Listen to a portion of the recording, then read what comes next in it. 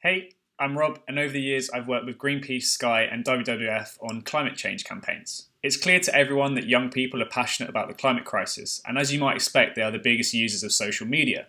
In 2020, 85% of 13 to 17-year-olds use YouTube, 72% use Instagram, and 69% use Snapchat. The fastest growing social network amongst this age group is TikTok, with 850 million monthly users. Last year, a YouGov study found that 45% of young people said the climate crisis was the UK's most pressing concern, second only to Brexit. Young climate activists and climate movements have effectively used social media to educate, coordinate, and empower like-minded people. The size of these movements and their subsequent actions have captured the attention of mainstream media. Now, you all recognise Greta Thunberg, but when she started striking in Sweden outside their parliament, it was just her and a couple of friends. After 12 months, millions of people were marching in the streets, and there was a new global movement called Fridays for Future, led by young people across the world. What Greta had successfully achieved was to appeal to a very specific audience who felt their voices weren't being heard when it came to the climate crisis. This is where social played its part. It allowed the climate strike message to reach targeted groups of young people at scale all over the world in a way that traditional media can't. The audience connected with how the message was conveyed, they had affinity and decided to join the protests. This new generation of climate activists are louder and more coordinated than ever before, thanks to social media. The movement's visibility on social channels and subsequently in the press has drawn so much attention that it's brought more young people into the movement. Across Facebook, Twitter, and Instagram, Greta has 18 million followers. She's used her social presence to drive awareness and education of the climate problem and got the attention of governments and big businesses on a global scale. The messaging for Fridays for Future is far from the tree-hugging environmentalists of the past and much more effective. It focuses on how climate change is a matter of global justice and draws attention to the problems vulnerable people face due to a changing environment. Modern climate strikes aren't just about saving polar bears in the rainforest anymore, it's about saving communities and indigenous people too. Extinction Rebellion are a bit more radical in their approach. Their messaging on social media taps into the urgency of the situation, and they're interested in creating a movement that causes widespread disruption to prevent further climate injustices. The group's first demand, Tell the Truth, was a campaign to acknowledge the natural world is in a state of emergency.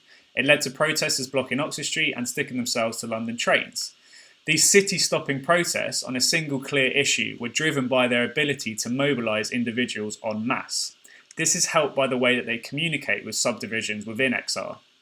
In addition to location-based Facebook groups and Instagram pages which bring together activists in a certain town, city or country, there are community groups, such as XR doctors, XR farmers, or even XR druids, witches and pagans. By using social media to speak directly to people's interests or professions, it generates a sense of stronger identity within the Extinction Rebellion movement. It's also an effective organising tactic because it ensures that professionals in those industries have more incentive to join in, as well as a support group who understand the climate worries specific to their lives. It also helps XR's social image, showing a united front of all walks of life, not just vegan hippies. Tactically, a lot of people disagree with their approach, but in terms of using social media to draw people's attention to climate injustice, they've been one of the most effective organisations to do so. In a recent study by the Wellcome Trust on what makes a campaign successful, when asked if people knew what Extinction Rebellion was, 57% of those polled did, making it the most well-known campaign featured. The result of all this coverage? In May last year, XR activists met with Sadiq Khan, and in accordance with one of their demands, MPs declared a climate and environment emergency, becoming the first national legislator to do so. A month later, MPs agreed to another one of XR's requests, to form a citizens' assembly to discuss the climate crisis, thus showcasing how quickly their physical and social media movement intercepted the mainstream. The desire for solutions to the climate crisis goes beyond protests and has led to communities forming on social media.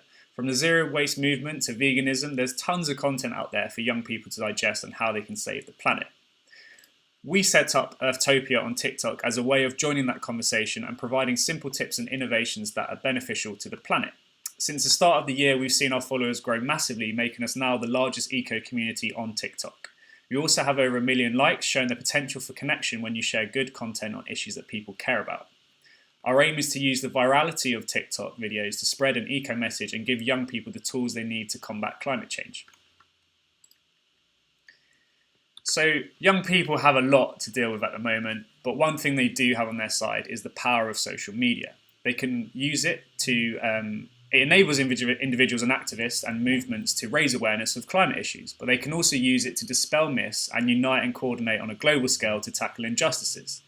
By using social media effectively to drive climate action, it gives us hope for our future and the future of young people. Thanks.